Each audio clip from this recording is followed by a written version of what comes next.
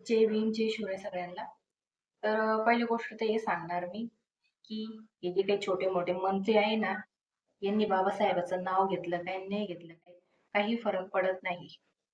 बाबासाहेबांचं नाव यांचे नाव घेतल्याने नाही घेतल्याने बाबासाहेबाच्या नावाला आणि बाबासाहेबाच्या कार्याला कुठंच कमीपणा येणार नाही असं मी सांगते.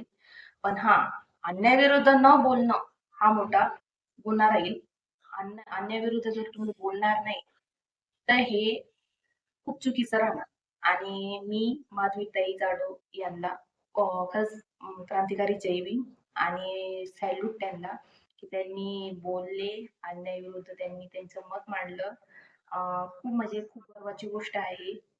तर ही झालं असं ही न्यूज खूप व्हायरल झालेली आहे येऊन.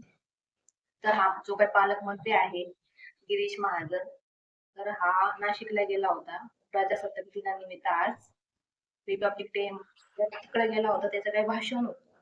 तर त्या भाषणामध्ये हा सगळ्या समाज सुधारकांचं नाव घेतो, वीर स्वातंत्र्यांचे नाव घेतो, सगळ्यांचे नाव घेतो, पण बाबासाहेबांचं नाव डावलतो तो. बाबासाहेबांचं नाव कुठून सुद्धा तो घेत नाही. संविधानात ज्या गोष्टी करतो तो, पण संविधानाचे जनक कोण आहे बाबासाहेबाचं तो नाव घेत नाही. तर यावर ह्या ताई वनरक्षक अधिकारी आहेत, यांना तिकडे ड्युटी लावली होती बाहेर.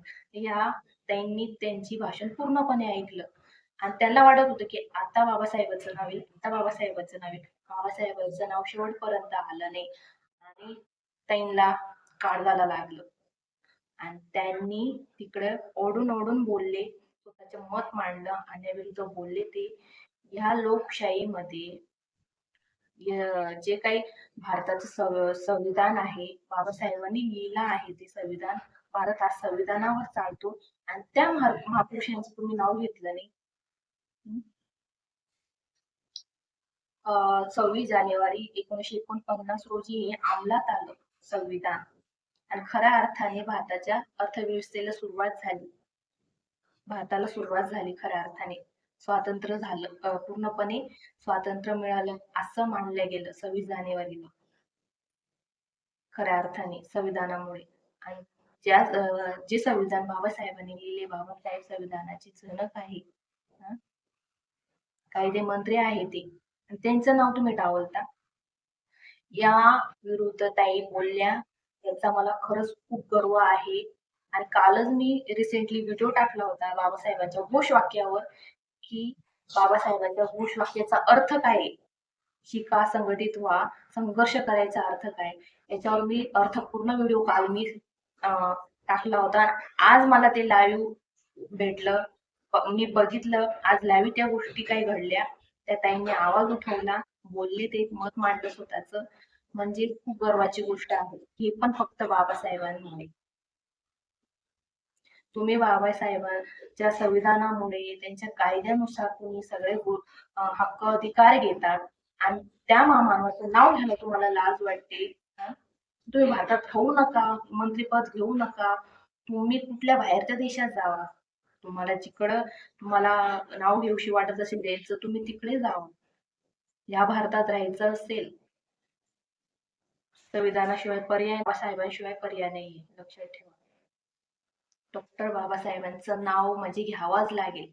कायद्यानुसार चालायचं असेल तरच बाहेर भारतात राहा, नाहीतर भारताच्या बाहेर जा. तुम्ही कुठलेही मंत्री झाले ना, हे कायद्यानुसार झाले तुम्ही.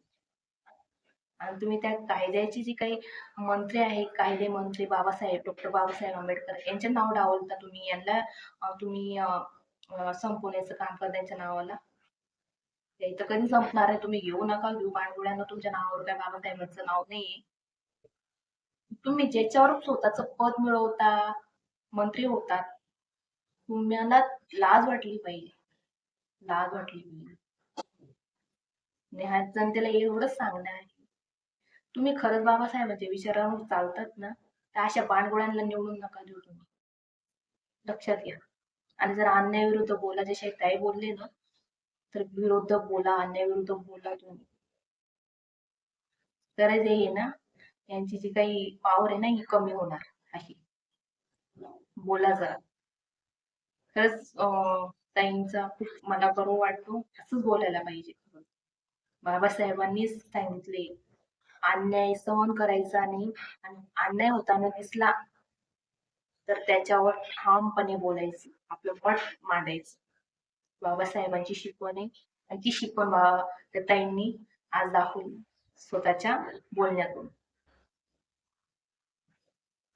एवढंच बोलती आणि थांबते. जय भीम, जय शिवराय.